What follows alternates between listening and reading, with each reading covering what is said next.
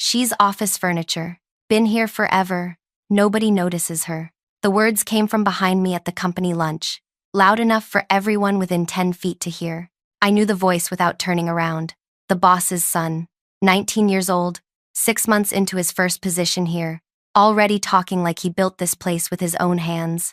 His friends laughed, that kind of laughter that makes you feel smaller even when you're trying not to care. I kept my fork moving through my salad, one bite after another, but everything tasted wrong. My throat felt tight. Something heavy settled into my ribs and wouldn't leave. 28 years. 28 years of showing up before anyone else, of answering questions nobody else knew how to answer, of holding this place together when it was falling apart.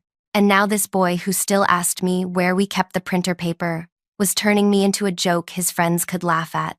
I finished my salad, stood up, walked right past their booth without looking, without stopping, without giving them anything to work with, but my hands were shaking when I reached my car, and I had to sit there for 3 full minutes before I trusted myself to drive. I wasn't going home though. Not yet. I had somewhere else to be first. Before we go any further, I want to say thank you for being here and listening to this. If this story means something to you, if you've ever felt invisible in your own life, do me a favor and hit that like button. Drop a comment telling me your thoughts, and subscribe, because what happened next changed everything, and you're going to want to hear where this goes. My name is Lena, 53 years old, never married, no kids, and for the last 28 years this business has been the closest thing I have to family. People probably look at me and see someone ordinary, brown hair going gray that I keep pulled back in a simple style, clothes from department stores, nothing fancy. I don't wear much makeup, don't draw attention. I learned a long time ago that being quiet and capable gets you further than being loud and demanding. Or at least, that's what I thought. But here's something most people don't know about me. I remember everything. Every conversation, every number, every document that crossed my workspace in nearly 3 decades. My brain works like a filing system that never stops organizing. When someone asks me about a client from 2008, I can tell them not just the name, but the specific issue we solved and which supplier we used to fix it. When the systems crash and everyone panics, I'm the one who knows exactly where the backup files are because I'm the one who created the backup system in the first place. I drove 15 minutes that day, straight to the county records office. The building is old brick, smells like dust and old paper, staffed by people who've worked there longer than I've worked anywhere. I asked for business filings from 1997. The clerk disappeared into a back room and came back with a thin folder. I sat at one of those long wooden work areas and opened it. Inside was the original partnership agreement, black ink on white paper, 2 signatures at the bottom. One of them belonged to my brother. Let me take you back to 1997, because that's where this really starts. The business wasn't a business yet, not really. It was 3 people crammed into a rented space above a hardware store on the east side of town. The building shook every time a truck drove past. The heat barely worked in winter, but the 2 men who started it didn't care about any of that. They had an idea, and they believed in it enough to bet everything. One of those men was the boss. The father? Back then, he wasn't anyone's father. He was just a guy in his early 30s with more energy than money, more vision than experience. He was good with people, could walk into a room of strangers and leave with 3 new friends and 2 potential clients. But he couldn't balance a budget to save his life. The other man was my brother, Caleb. Caleb was the opposite. Brilliant with numbers, could see patterns in data that nobody else noticed, could build financial models that actually made sense. But put him in a room with people and he'd find a window to stare out of within 5 minutes. He was shy, awkward, kind in a way that made him easy to take advantage of if you weren't careful. They met in college, became best friends, stayed close after graduation. When the boss came up with his idea, he needed capital. Caleb had inherited some money when our parents passed. Not a fortune, but enough. They shook hands, filed the paperwork, and became equal partners. 50-50 split, everything down the middle. I came on board as Caleb's assistant. I was 25, working a job I hated, living in a tiny apartment, trying to figure out what I was supposed to do with my life. Caleb called me one night and said, "I need someone I can trust. Someone who'll actually care about this.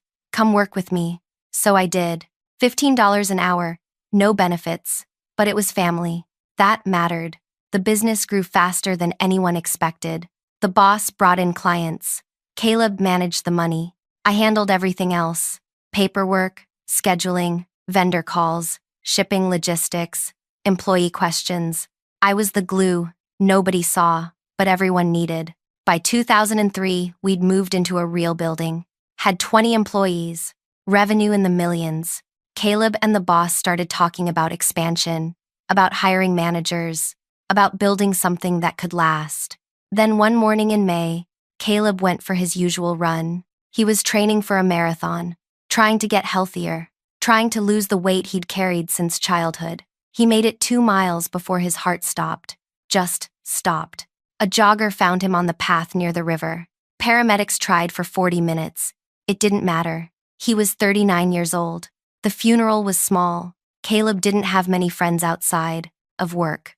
The boss showed up early and stayed late. He cried harder than I did, which surprised me because I couldn't cry at all. I felt numb, empty. The boss found me standing alone near the parking area afterward and took both my hands. His were shaking. "Please don't leave," he said. "I know this is awful. I know you're hurting, but I can't do this without someone who knew him, who understood what we were building. Please stay." So I stayed, because I didn't know what else to do. Because the business was the last thing I had that connected me to Caleb. Because the boss seemed genuinely lost without my brother, and I thought maybe helping him through it would help me through it too. The months after Caleb died blur together. I worked 12-hour days, took on responsibilities nobody asked me to take on, kept systems running. The boss threw himself into the work too, I think for the same reasons I did. We didn't talk about the partnership paperwork. We didn't talk about what happened to Caleb's 50%. It just sat there, filed away at the county office, and neither of us brought it up. 2 years later, the boss got married, a woman he met through a client. She was nice, normal. They had a small ceremony, invited the whole company. I went, smiled, gave them a gift, went home alone. In 2006, their son was born. The boss brought him into the office, sometimes when he was little. A loud kid, always running, always knocking things over, always demanding attention. Everyone thought he was adorable. I mostly just tried to keep him from breaking anything important. As the boy grew up, the business kept growing. We hit 50 employees, then 100, opened a second location. The boss bought a big house in the suburbs, started driving expensive cars, started talking differently, acting differently. The man who used to eat lunch in the break room with everyone else started eating in his private office with the door shut. His son grew up believing he was royalty. When the boy turned 18, the boss gave him a position, not an entry-level job like everyone else started with, a real position with a title and a salary that made people whisper. When the boy turned 25, the boss made him director of operations. Nobody was surprised. Everyone knew where this was headed. The son was being groomed to take over, to inherit an empire his father built. Except his father didn't build it alone. His father had a partner whose share never got resolved, a partner whose sister still showed up every single day and made sure everything worked the way it was supposed to. But nobody remembered that. Nobody thought about it. I was just Lena, just the woman who'd been here forever. Part of the walls, part of the furniture. The son walked around like he owned gravity itself. In meetings, he talked over people twice his age with 10 times his experience. He sent messages at 2 in the morning and got annoyed when people didn't respond immediately. 3 months before the furniture comment, I watched him explain to a new hire, "She's been here since dinosaurs roamed. Just ignore her. She doesn't do anything important." I was standing 6 feet away. He knew I could hear him. Last week, we had a major buyer coming to tour the facility. This was a huge deal. The kind of client that could double our revenue if we landed them. The boss got sick the night before. Nothing serious, just a bad flu, but enough that he couldn't come in. He called his son at 6 in the morning and told him to handle it. The son gave the presentation. I sat in the back of the room and watched him fumble through slides he clearly hadn't reviewed until that morning. He used words he didn't understand. When the buyer asked about our quality control protocols, the son waved his hand and said, "We've got people for that. It's handled." Those people were me. I built that entire system in 2004 after we had a batch of defective products nearly cost us our three biggest clients. I researched best practices. I wrote the procedures. I trained everyone. That system saved this company millions of dollars and countless hours of headaches. But the son didn't know that. He'd never bothered to learn. Why would he? I was just furniture. After the buyer left, the son walked past my workspace without a word. Didn't ask if the presentation went well. Didn't thank me for preparing all the materials he'd used. Just walked past, already on his phone, already thinking about something else. That night, I couldn't sleep. I kept thinking about Caleb, about those early days above the hardware store when everything felt possible, about the partnership agreement, about 50% ownership with survivorship rights passing to immediate family. When Caleb died, I inherited his half of the business. Legally, officially, the paperwork was clear, but I never said anything. The boss was grieving. The business was fragile. I didn't want to make things harder. I thought maybe later, when things settled down, we'd figure it out.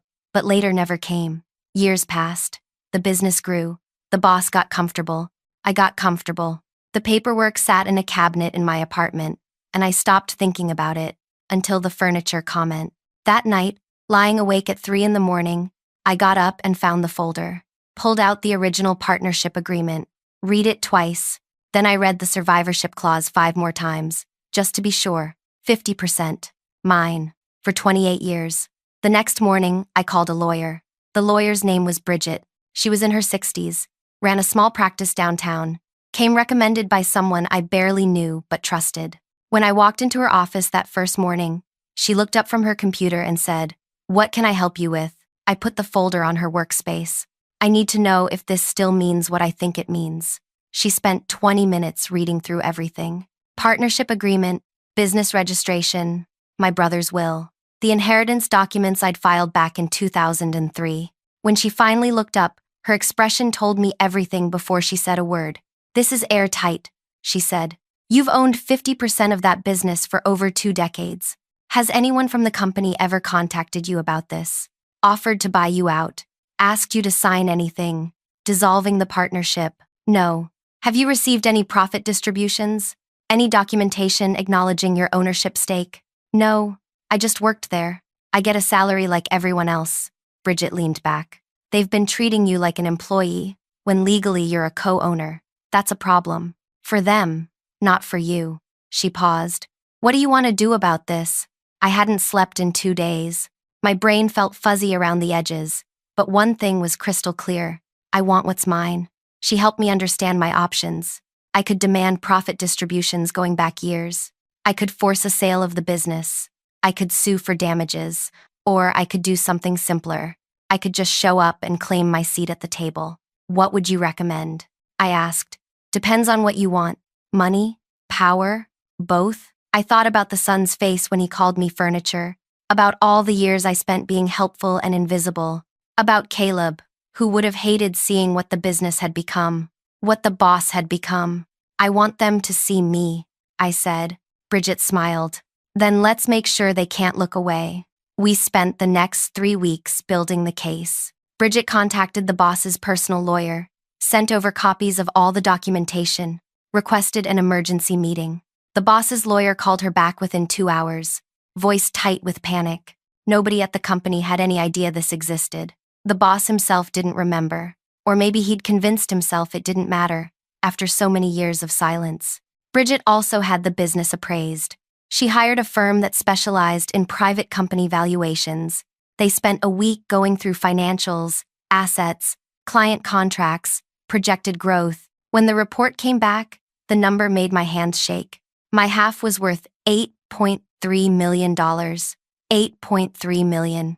I'd been showing up every day for 28 years, earning $52,000 annually, while sitting on a fortune nobody acknowledged. The meeting was set for a Thursday morning. Just me, Bridget, the boss, and his lawyer. The son wasn't invited, which the boss probably thought was a kindness, protecting his boy from the messy business details. I barely slept the night before, kept rehearsing what I'd say, how I'd act, but when I walked into that meeting room, all my planned words disappeared. The boss looked older than I'd ever seen him. His lawyer looked like he'd rather be anywhere else. Lena, the boss started, but Bridget cut him off. Let's keep this professional. My client has documentation proving she owns 50% of your business. This ownership has been valid since 2003 when she inherited it from her brother, your original partner. You failed to acknowledge this ownership, failed to provide profit distributions, failed to include her in any major business decisions. We're here to remedy that. The boss's lawyer shuffled papers. Our position is that the extended silence on this matter constitutes abandonment of. It doesn't, Bridget said flatly. Ownership doesn't expire because someone chooses not to exercise their rights immediately. Your client benefited from my client's silence for over 20 years. That ends now. I watched the boss's face. He wasn't angry. He looked sad, tired. Lena, I'm sorry. I should have handled this when Caleb died. Everything was chaos. And then time passed, and I convinced myself it was fine. That you were fine. I was fine, I said quietly. I was helpful. I was invisible. And you let me stay that way because it was convenient. What do you want? Bridget answered for me. Fair market value for her 50% stake, $8.3 million. Or, alternatively, full recognition as managing partner with equal decision-making authority and profit sharing moving forward. The room went silent. The boss's lawyer whispered something to him. The boss shook his head, whispered back. They went back and forth for a full minute while Bridget and I sat there, waiting. Finally, the boss looked at me directly. I can't pay you $8 million. The business doesn't have that kind of liquid capital. I'd have to take massive loans, sell assets, maybe sell the whole thing to a corporate buyer just to cash you out. I know, I said. So what are you really asking for? I'm asking to be seen, to be heard, to have a voice in something I've been part of building since before your son was born. I'm asking for what was always mine. His lawyer started to say something, but the boss held up his hand. Give us a minute. The lawyer looked confused, but stood and left the room. Bridget looked at me. I nodded. She left too. Just me and the boss. 28 years of history sitting between us like a weight neither of us wanted to carry. Your son called me office furniture, I said. In front of a dozen people. Laughed about how nobody notices me. The boss closed his eyes. I didn't know. You raised him to think that way. You let him grow up believing he's the center of everything, that people like me don't matter. And maybe part of that is my fault too, because I never demanded you see me differently.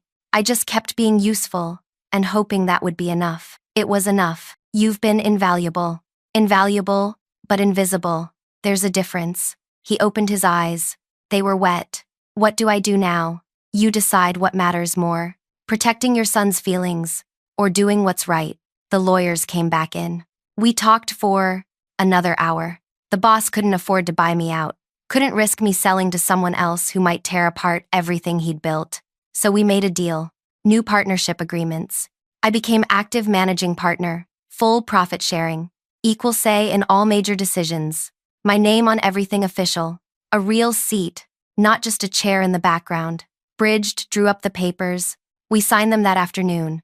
The boss said he'd tell his son that evening. I said no. I wanted to tell him myself. The boss didn't like that, but he agreed. The next morning I arrived at my usual time. The son came in 20 minutes later, coffee in one hand, phone in the other, talking loud about some party he'd gone to the night before. He walked right past me without looking. At 10 o'clock, the boss called him into the main office. I waited 5 minutes, then followed, stood in the doorway. The boss saw me and gestured for me to come in. The son was sitting down, relaxed, probably thinking this was about his upcoming promotion. When I walked in, he barely glanced at me. Why is she here? He asked his father. The boss slid a document toward him. Read this. The son picked it up, started reading. I watched his expression change. Confusion first, then disbelief, then something like panic. What is this? Partnership agreement, I said. Between your father and me. 50-50 split, effective immediately. He looked at his father. This is a joke. It's not, the boss said. Lena's brother was my original partner. When he died, she inherited his share. That's been legally valid for over 20 years. I should have handled it properly back then. I didn't. Now we're correcting that. So what? She just shows up with some old paper and you give her half the company? Half of everything you built? Everything we built, I corrected. Your father had a partner. That partner had a sister who kept this place running through every crisis for nearly 3 decades. That sister is me. And yes, I showed up with old paper. Old legal paper that's been filed with the county since 1997. The son stood up. His face was red. This is garbage. You can't just— I can, I said calmly. The lawyer confirmed everything yesterday. Your father's lawyer too. It's done. He turned on the boss. Dad, come on. This is insane. She's nobody. She just sits there and— She's your business partner now, the boss said, and his voice had an edge I'd never heard before. You will treat her accordingly. Do you understand? The son stared at him, then at me. He looked like someone had pulled the ground out from under his feet. What does this mean? He asked quietly. It means I have equal say in company decisions going forward, I said. It means I attend every board meeting. It means when we make plans about the future of this business, my voice matters as much as your father's. It means I'm not furniture. He stood there for a long moment, not speaking. Then he walked out, without another word. For the next 2 weeks, the son barely spoke to anyone. He came in late, left early, spent most of his time in his office with the door shut. Other employees noticed, started asking questions. The boss called a company meeting and explained that there had been some ownership clarification, that I was now officially a managing partner, that nothing else would change. People congratulated me. Some seemed genuinely happy. Others looked confused. A few looked resentful, probably wondering why I'd kept quiet all these years. The son didn't attend the meeting. 3 weeks after everything changed, we had our first major decision to make as partners. A supplier we'd worked with for years wanted to renegotiate their contract. The son had been handling that relationship. He wanted to accept their terms without pushback.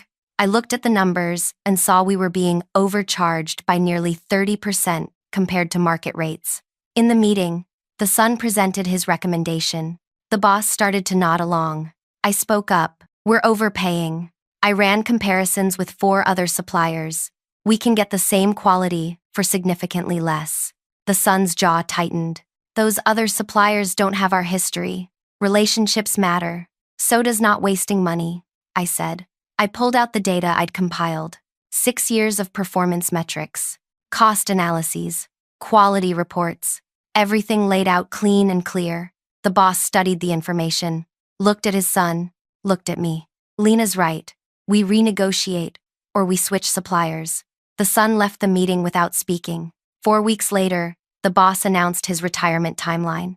Not immediate, but starting in 6 months. Gradual transition over 2 years. And instead of handing everything to his son like everyone expected, he outlined a co-management structure. The son and I would run the company together. Equal authority, equal responsibility. The son's face went white when the boss explained this to the senior staff, but he didn't argue. Couldn't argue. Because legally, I had as much right to lead this company as anyone. After the announcement, the son found me near my workspace. He stood there for a minute, hands in his pockets, looking uncomfortable. I didn't know, he finally said. About your brother, about any of it. I know. Why didn't you ever say anything? Because I didn't think I needed to. I thought doing the work would be enough. I thought being good at what I do would matter. He shifted his weight. The furniture thing. That was— I'm sorry. That was wrong. Yes, it was. Are you going to fire me? The question surprised me. Why would I fire you? Because you could. Because I was awful to you. Because you have the power now. I looked at him. Really looked at him. He was 28 but seemed younger in that moment. Scared. Lost. I don't want power over you, I said. I just want to be seen as a person who matters, who contributes, who's been here longer than you've been alive, and might actually know some things worth listening to. He nodded slowly. Okay, I'll listen. I'll try to do better. That's all I'm asking. He left. And over the following months, something shifted. The son started showing up on time, started asking questions instead of assuming answers, started reviewing data before making recommendations. He wasn't perfect, still had moments of arrogance, still pushed back when he shouldn't, but he was learning. And me? I'm still in the same workspace I've had for 28 years. But now when people walk past, they stop. They ask my opinion. They wait for my input before making decisions. The son nods at me every morning, sometimes even says good morning. Last month, We landed that major buyer, the one from before. They came back for a second tour. This time, I gave part of the presentation, explained our quality control systems, answered their technical questions. When we got the signed contract 2 weeks later, the boss took me and the son out to dinner to celebrate.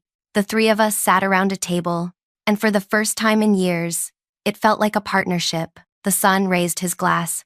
To the team, he said. To the real team, the boss corrected, looking at me. The one that's been here all along. I'm not going to pretend everything is perfect now. The son still has growing up to do. The boss still has habits that frustrate me. But things are different. Better. I'm not invisible anymore. I'm not furniture. Sometimes people ask me why I waited so long. Why I didn't claim my ownership years ago. The truth is, I don't really know. Maybe I was scared. Maybe I thought staying quiet was safer than demanding what was mine. Maybe I needed someone to call me furniture before I remembered I was worth more than that. But I also think about Caleb a lot. About what he'd think of all this. And I believe he'd be proud. Not because I humiliated anyone or destroyed anything, but because I finally stood up and said, I'm here, I matter, notice me. The best part? I didn't have to burn anything down to make them see me. I just had to show them what was there all along. Truth doesn't need drama. It just needs light. Thank you for sticking with me through this whole story. If it made you think about your own life, about times you stayed quiet when you should have spoken up, I'd love to hear about it in the comments. Hit that subscribe button if you want more real stories about finding your voice when the world tries to silence you. And remember, furniture holds things up, but people who've been holding things up deserve to be recognized for the strength that takes.